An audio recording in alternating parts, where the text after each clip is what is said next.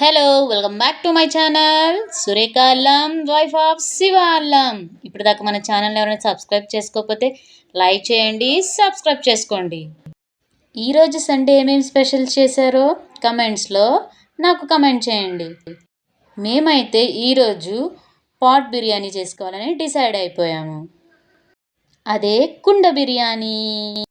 నేనైతే first time కుండ బిర్యానీ ఇంట్లో ట్రై చేస్తున్నాను, కానీ ఎలా వస్తుందో చూడాలి. మా పిల్లల్ని అడిగి తెలుసుకోవాలి టేస్ట్ ఎలా ఉందో.